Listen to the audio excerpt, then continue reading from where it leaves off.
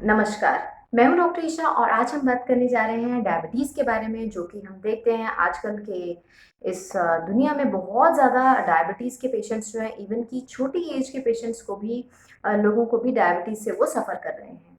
आज की इस वीडियो में हम बात करेंगे कि कौन से ऐसे तरीके हैं जिससे आप डायबिटीज़ होने से पहले जो है कौन से ऐसे इन्वेस्टिगेशंस हैं जिससे आप डायबिटीज़ के होने से पहले ही प्री डायबिटिक स्टेज में ही इन्वेस्टिगेट कर सकते हैं कि आने वाले टाइम में आपके जो है वो डायबिटीज़ हो सकता है, तो और कैसे ही आप उसको कंट्रोल कर सकते हैं। क्या-क्या सिम्पटम्स हैं जिससे आप घर बैठे ये जान सकते हैं कि कहीं डायबिटीज़ तो नहीं स्टार्ट हो रहा है। किस तरीके से हमें और कैसे इसके कॉम्प्लिकेशंस क्या निकल कर के आ सकते हैं। किस तरीके से हमें इसको प्री डायबिटिक स्टेज में पर ही इसको कंट्रोल कर देना है, और इन केस अगर डायबिटीज़ या ब्लड शुगर लेवल्स आपका बहुत ज़्यादा है तो उस केस में हमें किस तरीके से इसको ट्रीट करना है। तो आइए स्टार्ट करते हैं। डायबिटीज़ एक एंडोक्राइनल डिसऑर्डर है, एक हार्मोनल डिसऑर्डर है। इंसुलिन एक हार्मोन है जो हमारे बॉडी के पैनक्रियाज जो है वो एक ऑर्गन जो है वो सिक्रीट करता है। अगर हमारे बॉडी में इंसुलिन की प्रॉपर सिक्रीशन नहीं हो रही है या प्रॉपर यूटिलाइजेशन नहीं हो रही है, तो इंसुलिन जो है अपना काम तरीके से नहीं कर पाएगा। अब इंसुलिन का काम क्या है हमारी बॉडी में? इंसुलिन का काम हमारी बॉडी में सिर्फ एक ही है, लेकिन वो बहुत मेजर है, और वो काम है जितना भी ब्लड में जो ग्लूकोज है, ब्लड में जो शुगर्स हैं, ब्लड में जो कार्बोहाइड्रेट्स हैं, उनको मेटाबोलाइज करना, उनको डाइजेस्ट करवाना, सेल्स को उनको अवेलेबल कराना, ताकि हर सेल को अपना ग्लूकोज जो है अच्छे से मिल जाए और वो सेल जो है उसको एनर्जी में ट्रांसफॉर्म कर दे और हमें जो हम बहुत एनर्जेटिक फील करें। बट डायबिटीज़ के केस में क्या होता है, एक तो जो ब्लड ग्लूकोज है वो अच्छे से सेल्स को मिल नहीं पाता, वो उसको यूटिलाइज नहीं कर पाते, वो उसको एनर्जी में बदल नहीं पाते, तो वो इंसान बहुत थका सा रहता है। और दूसरा, क्योंकि वो ब्लड ग्लूकोज जो है वो यूटिलाइज ही नहीं हो पा रहा, वो यूज़ ही नहीं हो पा रहा, तो वो ब्लड में जो है उसके लेवल जो है वो धीरे धीरे बढ़ते चले जाते हैं और बहुत तरह के कॉम्प्लिकेशंस जो है देखने को मिलते हैं। अब डायबिटीज़ जो है वो दो तरह की होती है, टाइप 1 एंड टाइप 2।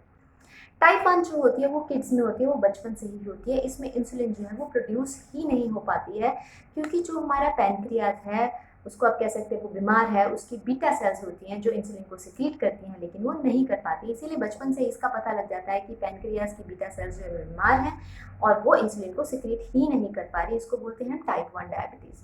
ये बच्चों में ज़्यादातर देखने को मिलती है। टाइप 2 डायबिटीज़ में क्या होता है, इसको समझने के लिए आप सबके घर में सबमर्सिबल लगा होगा, और सबमर्सिबल का क्या काम है? पानी को खींच करके लाना और उसको ऊपर जाके टैंक में स्टोर कर देना। अब मैं इसका इंसुलिन के साथ आपको कंपैरिजन इसलिए कर रही हूँ ताकि आपको टाइप्स जो है वो अच्छे से समझ आ जाए, क्योंकि टाइप्स को समझना बहुत ज़रूरी है इन केस अगर आपको ट्रीटमेंट के लिए जाना है। तो सबसे पहले आपको अपनी टाइप को समझना है, ताकि हम उस कॉज को ट्रीट कर सकें अगर वो ट्रीटेबल कॉज है। जैसे ही टाइप 1 में क्या है कि वो सबमर्सिबल ही खराब है, यानी कि वो पैनक्रियाज जो सिक्रीट करता है इंसुलिन वो ही खराब है, तो वो पानी खींच करके नहीं ला रहा, यानी कि वो इंसुलिन को नहीं दे पा रहा है। वो है टाइप 1। टाइप 2 में क्या है कि सबमर्सिबल तो ठीक है, लेकिन जिस प्रेशर से उसको पानी लाना चाहिए वो उस प्रेशर से नहीं ला पा रहा, ये है टाइप 2 डायबिटीज़। या फिर वो उस प्रेशर से ला पा रहा है, लेकिन जो टैंक है हमारा उसमें एक वॉल्व लगा हुआ है, वो वॉल्व बंद है, तो उस केस में भी जो है पानी टैंक में नहीं जा पाएगा। सिमिलरली, या तो इंसुलिन की प्रोडक्शन जो है वो बहुत अच्छे तरीके से नहीं हो पा रही है, तो टाइप 2 डायबिटीज़ होएगी। या फिर जो इंसुलिन के रिसेप्टर्स हैं, यानी कि वॉल्व हैं जो सेल के अंदर ग्लूकोज को अलाउ करते हैं, वो फॉल्टी हैं, वो ठीक से काम नहीं कर रहे हैं, तो भी जो है बॉडी के सेल्स जो है वो ग्लूकोज को अच्छे से एक्सेप्ट नहीं कर पाएंगे, उसको यूज़ नहीं कर पाएंगे। तो टाइप 2 डायबिटीज़ में या इंसुलिन की प्रोडक्शन अच्छी नहीं हो रही, या फिर जो इंसुलिन रिसेप्टर्स हैं वो अच्छे से काम नहीं कर पा रहे हैं। और इसके कॉजेज़ क्या हैं? इसके कॉजेज़ हैं लाइफ़स्टाइल डिसऑर्डर। इसको लाइफ़स्टाइल डिसऑर्डर भी कहा जा सकता है। जो हम लाइफ़स्टाइल डिसऑर्डर्स क्या होते हैं? जो हम अपने लाइफ़स्टाइल से बुलाते हैं, जिसको हम वेलकम करते हैं कि हाँ, हमने अपना लाइफ़स्टाइल खराब कर लिया। लाइफ़स्टाइल कैसे खराब कर लिया? जंक फूड खा रहे हैं, बर्गर्स, पिज़्ज़ाज़ खा रहे हैं, अच्छे फ्रूट्स एंड वेजिटेबल्स हम खा ही नहीं रहे हैं। पैकेज्ड ड्रिंक्स ले रहे हैं जिसमें बहुत ज़्यादा ग्लूकोज़ लेवल है, जिसमें बहुत ज़्यादा सोडियम लेवल है। एक्सरसाइज वो तो हम बिल्कुल कर ही नहीं रहे हैं। ओबेसिटी, वेट गेन बहुत ज़्यादा हो गया है, या फिर हम अल्कोहल ले रहे हैं, या फिर हम कॉन्टिन्यूस स्ट्रेस ले रहे हैं, कॉन्टिन्यूस सोचते जा रहे हैं, ओवर थिंकिंग इतनी ज़्यादा कर रहे हैं कि अच्छे खासे अपना हार्मोन्स जो है वो बिगाड़ दे रहे हैं। तो ये सब जो है ये लाइफस्टाइल डिसऑर्डर के कारण होता है टाइप 2, और ये बहुत अच्छे से ट्रीट भी किया जा सकता है अगर हम अर्ली स्टेज में इसको डायग्नोज कर लें। अब इसको डायग्नोज के क्या तरीके हैं?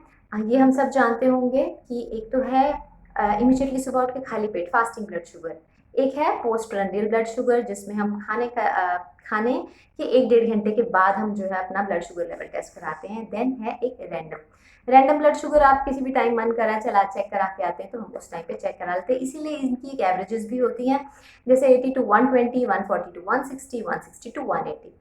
एक और चीज़ ध्यान में रहना चाहिए कि ये जो हैं, ये एक बार आप डायग्नोज कराएंगे और एक बार ज़रा सा हिल गया तो उससे आप अपने आप को ये मत कह दीजिए कि हाँ मुझे डायबिटीज़ है, ऐसा कुछ नहीं है। अगर आप थोड़ा सा कंट्रोल करते हैं, थोड़ा सा अपने लाइफस्टाइल में मॉडिफिकेशंस करते हैं तो वो बहुत जल्दी से जो है वो कवर अप हो जाता है।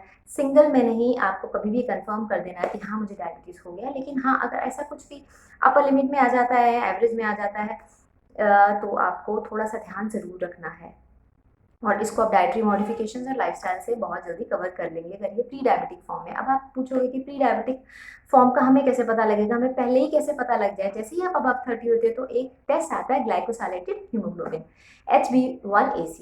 ग्लाइकोसाइलेटेड हीमोग्लोबिन हमें पहले ही बता देता है कि आपकी टेंडेंसी है डायबिटीज़ को, या आप डायबिटीज़ की तरफ जा रहे हैं। कुछ मार्कर्स होते हैं, कुछ पॉइंट्स होते हैं जो प्रॉपरली आपकी रिपोर्ट पर मेंशन्ड होते हैं। इन केस आप प्री डायबिटिक फॉर्म में, तो आयुर्वेदिक हर्ब्स का बहुत अच्छा तरीके से उसको रिस्पॉन्स है। वो प्री डायबिटिक स्टेज जो है, अगर आप नॉर्मली आयुर्वेदिक हर्ब्स लेते हैं तो कभी भी डायबिटिक स्टेज में नहीं जाती है।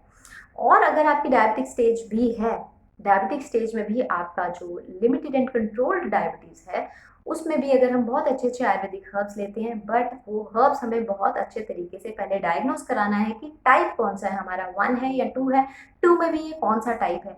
क्योंकि अलग set of combination works for healing pancreas को हील करने के लिए टाइप 1 में अलग set of combination of herbs है।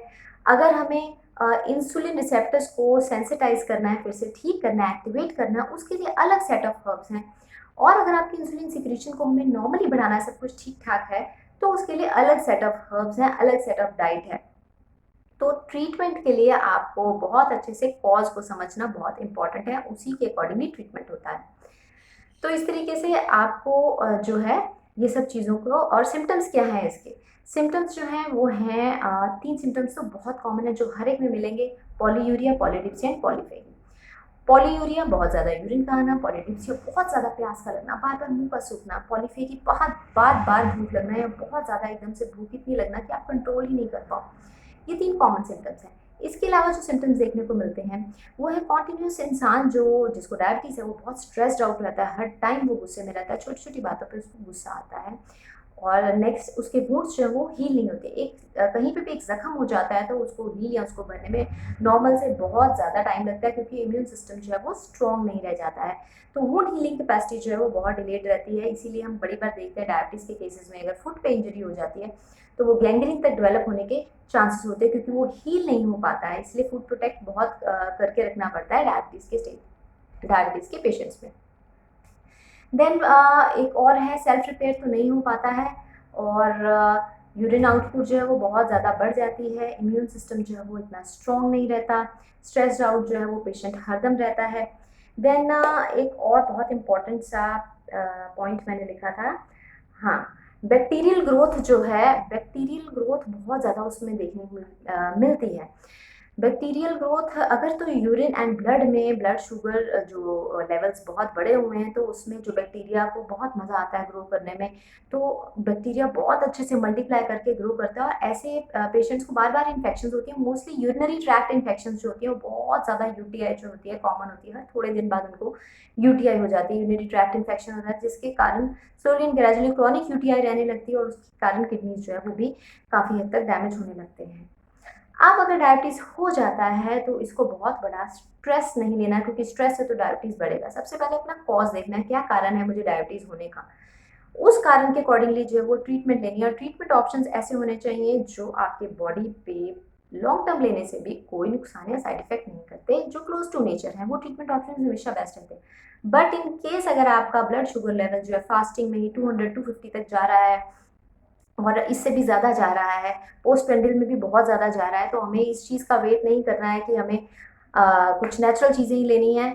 हमें इन एनी केस अपने ब्लड शुगर लेवल्स को कंट्रोल करके रखना है, क्योंकि बहुत सारे ऐसे कॉम्प्लिकेशंस जो हैं वो आ जाते हैं, डायबिटीज़ से निकल करके आते हैं। जब ब्लड शुगर लेवल बहुत ज़्यादा बढ़ा रहता है कॉन्टिन्यूस बॉडी के अंदर, वो हमारी किडनीज़ को डैमेज कर सकता है, जिसको हमें डायबिटिक नेफ्रोपैथी कहते हैं। हमारे नर्वस सिस्टम को डैमेज कर सकता है, डायबिटिक न्यूरोपैथी कहते हैं। देन डायबिटिक रेटिनोपैथी भी कहते हैं। रेटिना मीन्स आइज़ के अंदर जो होता है, तो हमारी आइज़ भी डैमेज हो जाती हैं। तो इन एनी केस अगर आपको लगता है हमारा लेवल बहुत ज़्यादा बढ़ रहा है, तो आपको अपने जो मेडिसिन्स हैं वो कंटिन्यूड रखनी है। साथ के साथ हमें आयुर्वेदिक हर्बल फॉर्मुलेशंस भी लेनी है। धीरे-धीरे, स्लोली आयुर्वेदिक हर्बल फॉर्मुलेशंस जैसे-जैसे हमारा मैनेज करने लगती है, उसकी डोज़ेज एलोपैथिक की हमें जो टैबलेट्स की है वो थोड़ी-थोड़ी सी, हल्की-हल्की सी टेपर करते जानी है। और इस तरीके से हमें देखना पड़ेगा रिपोर्ट्स करके कि किस तरह का इफेक्ट जो है वो क्या शो कर रहे हैं। और बहुत सारी अच्छी-अच्छी हर्बल मेडिकेशंस हैं, जैसे कि जंबो सीड्स हैं, मैरिंगो सीड्स हैं। Then gurmar is a very good option. गुड़मार जो है आपका जो शुगर कंटेंट है उसको कंट्रोल करता है। इस तरह के हर्बल फॉर्मुलेशंस तो बहुत हैं, लेकिन सेट ऑफ कॉम्बिनेशंस जो है वो अलग हैं, अलग टाइप्स के लिए। जैसा कि कुछ सेट है वो आपके पैनक्रियास को हील करेगा, बीटा सेल्स को रिपेयर करता है। कुछ सेट ऑफ हर्ब्स है जो आपके लिवर को ब्लड ग्लूकोज जो है वो लिमिटेड जो है वो बनाने के लिए बोलेगा। कुछ सेट ऑफ हर्ब्स है जो इंटेस्टाइन के अंदर आपका ब्लड ग्लूकोज जो है, जो ग्लूकोज है, उसको एब्जॉर्प्शन में मदद करेगा। इन एनी केस कुछ ऐसे हर्ब्स हैं जो आपके स्ट्रेस को कम करेंगे। स्ट्रेस कम होगा तो ब्लड शुगर लेवल भी कम होगा। तो इस तरह के कॉम्बिनेशन ऑफ हर्ब्स जो है हमें लेने हैं, और इस तरीके से हमें अपने डायबिटीज़ को स्लोली एंड ग्रेजुअली ट्रीट करना है। डरना नहीं है, लेकिन लड़ना ज़रूर है। अगर आपको ये वीडियो पसंद है तो प्लीज़ हमारे चैनल को लाइक कीजिए, शेयर कीजिए और सब्सक्राइब कीजिए। Thank you so much for watching.